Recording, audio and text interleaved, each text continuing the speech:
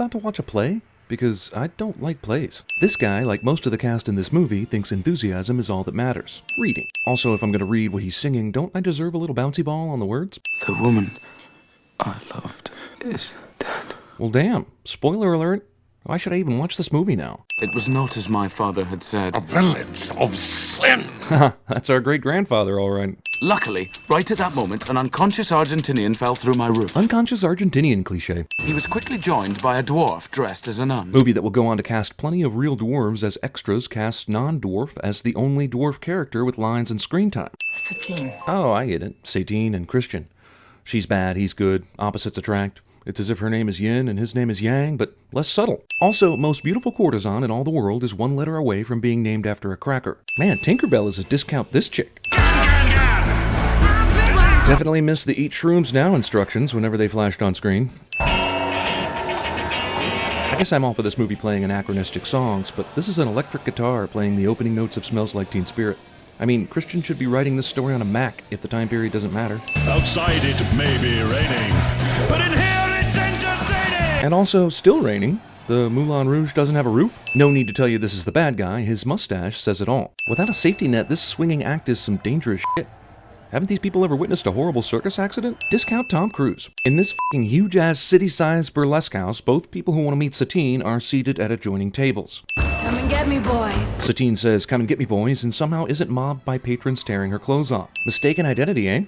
We interrupt this lavish musical to bring you an episode of Frasier. We're all relying on you, Gosling. Wait, you need her to f*** this one Duke dude in order to get funding or else you're screwed? Do you not see these motherfuckers all waving cash around? This place should be f***ing rolling in money. A real show in a real theater with a real audience, and you'll be... A real actress. Well, horror/actress, but yes. Obvious film rewind is obvious. I'm gonna be a real actress, Marie. A great actress. Urge to make snarky remark. So strong right now. She's getting helped into a tight dress here, then verifies her hotness in it with the Ziedler guy, then promptly takes it off and puts on something black. Yes! Yes! Yes! We interrupt this lavish musical to bring you When Harry Met Sally. My gift is my song. Damn, he is singing loud. The first rule of prostituting is you do not fall in love with a John. The Christian hides from the Duke scene lasts about 3 minutes, which doesn't sound long until you endure Satine's overacting all the way through it. Let's have a little peekaboo. Right on target. Ziedler sets up a telescope to spy on Satine during her sex sessions, but it's at the worst possible angle to see much or masturbate to. Indian! That's racist. I know this is sort of an anything goes type of musical, but damn, Satine's elephant room comes complete with convenient curtains and backdrops, just in case you need to sell a play. So delighting, it will rubber The entire elephant sequence lasts nearly 20 minutes, which doesn't sound so long until... No, wait, that's actually pretty damn long. The Duke's manservant has been sitting here the whole time, but never once heard the commotion inside. Either that or when the Duke has sex, it sounds like a bunch of people putting on a play, and he didn't think anything of it. Also, after Toulouse climbs on top of him and covers him with a blanket, he decides not to be a bodyguard anymore and just allows this to happen. Christian's room somehow has a perfect view of Satine's room. Silly of me to think that you could fall in love with someone like me. Well, that's not silly, but it's pretty silly to think she could do that in the 3 minutes you were in her room. All you need is love. Love is just a game. Love song rap battle. Also, you people just met, and under false pretenses to boot. So far, what is there to love about either character other than she's pretty, he's handsome? So we went from Elton John to U2 to Bowie to Dolly Parton? This medley is going in the wrong direction. He's sad because he cut himself shaving. Manservant Warner. Manservant was hiding in the wings just so he could make this entrance. I shall woo, said he, over supper tonight. Dude, last night she clearly told you the consummation of this creepy relationship would have to wait until opening night. Does the Duke think you can put an entire stage show together in 24 hours? The f*** is going on in this kitchen? We have fresh dead animals dangling over a table covered in already cooked food. This is a food safety nightmare. Shut this f***er down. The Duke is a f***ing idiot. Also, lock the f***ing door, you numbskulls. My dear, I've arranged a magnificent supper for us in the Gothic Tower. This guy is way too obsessed with supper. We begin on Act 2. The lovers are discovered. Ah, the old play within a play has the same basic plot as the main play routine. We interrupt this lavish musical to bring you Hamlet, apparently. Also, have these two even read the play they're writing? All that space to make out in private, and you pick the one spot with a clear view. If I should die Well, I'd call this a sin of cheesy foreshadowing, except the movie already told us in the first 3 minutes she was going to die, so I think it's just a sin of boring. When you hold her and you touch her. Has the Duke even held her or touched her this entire movie, even off screen? I don't think the Duke is that stupid of a character, but he believes this nonsense despite all the evidence to the contrary. She was beat, incomplete. Oh no, Jim Broadbent is about to sing like a virgin. Also, I thought these lyrics were creepy when Madonna said them. This new scene is the scene. Geez, these actors must never know what the hell is going on during this production. Christian writes a new scene every time he gets a boner. She has consumption. Movie decides to give the tragic female lead character prostitute consumption instead of the much more logical syphilis, so that we'll feel bad she's dying without simultaneously also being grossed out. Jesus, can any of these characters emote musically without being on some kind of ledge or dangerous height? She has confirmed tuberculosis, consumption, and he's spending every day f***ing her, singing with her, and generally being within 6 inches of her. From Wikipedia. When people with active pulmonary TB cough, sneeze, speak, sing, or spit, they expel infectious aerosol droplets. A single sneeze can release up to 40,000 droplets. Each one of these droplets may transmit the disease, since the infectious dose of tuberculosis is very small. People with prolonged, frequent, or close contact to people with TB are at a particularly high risk of becoming infected, with an estimated 22% infection rate. Secret lovers stand at the window together naked. My dear, a little frog. Man, that like a virgin number really turned the Duke into a frightening pussy.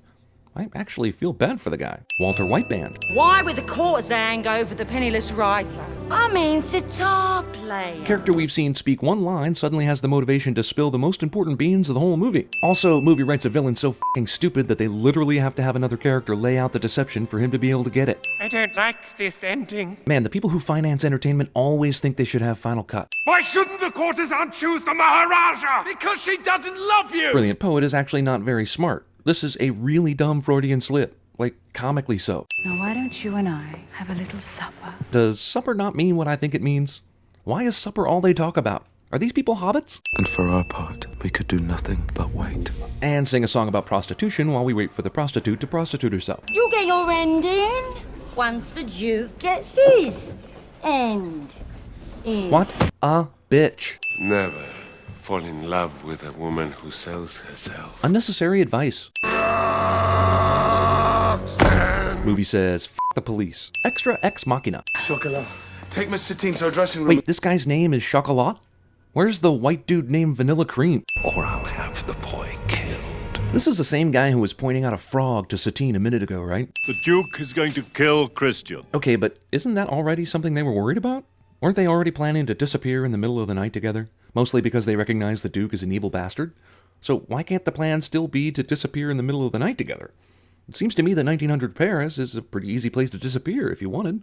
But Christian loves me. He what? He loves me. Huh? He loves me. Oh. You're dying. Another trick, Harold. No, my love. The doctor told us. But the doctor didn't tell her? The patient? And none of you assholes did either? What the f*** kind of place is this? I want no part of your twisted version of Bohemian love. Hurt him. Hurt him to save him. We interrupt this lavish musical to bring you Encino Man. Ziedler breaks the fourth wall 5 minutes into the opening act. How about one of them is a Duke and the other? Oh yeah, that reminds me. They gave the two biggest roles to people who have medical issues. One has narcolepsy and the other has tuberculosis. And there are no understudies. That's a bad foundation to start a struggling theater company. Also, the unconscious Argentinian just happens to fall in the exact spot where Christian can take his clothes without being seen and then get on stage. Be killed. That's it.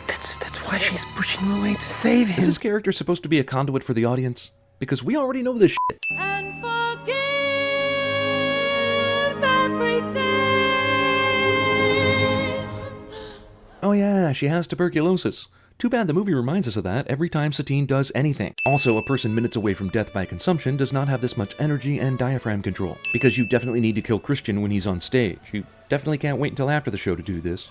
The bouncers at the after parties are really strict. What led to this woman's transformation from I'm gonna expose Christian and Satine to I really give a shit about those crazy kids in love and I hope it works out? None of the theater patrons are alarmed at a gun sliding on the floor. Tragic death of main character is robbed of all impact by the preceding scenes in the movie that hit you over the head with the fact that she's dying. So he still gets the Moulin Rouge though, right?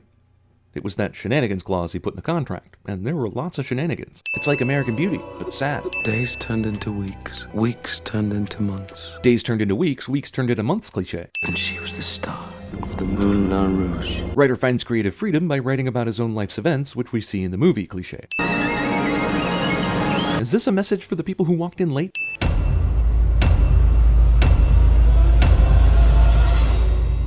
I don't like this ending.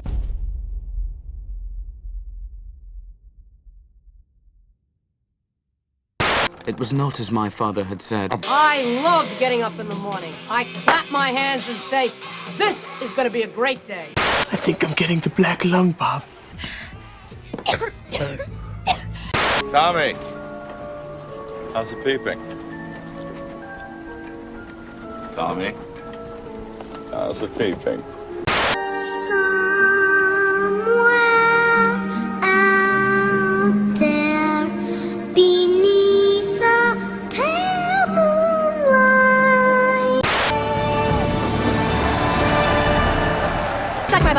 Underneath Paris? Yes, there it is. I have led you to it. Tell a story, Christian. Tell me like he done before. Tell you what. About the rabbit.